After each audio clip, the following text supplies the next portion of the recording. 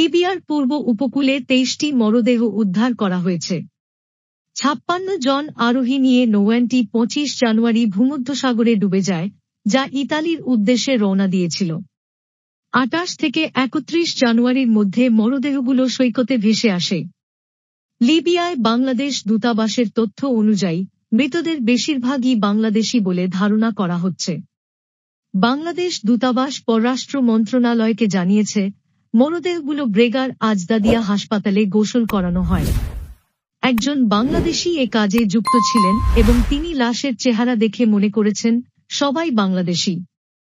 Libya red ক্রসও স্থানীয় মতামতের ভিত্তিতে জানিয়েছে 23 জনই বাংলাদেশি। এছাড়া আশঙ্কাজনক অবস্থায় উদ্ধার হওয়া 2 জন বেনগাজির একটি হাসপাতালে চিকিৎসাধীন। তবে তাঁদের পরিচয় নিশ্চিত হওয়া যায়নি। নিখোঁজ 31 জনের ভাগ্যে কি ঘটেছে তা জানা যায়নি।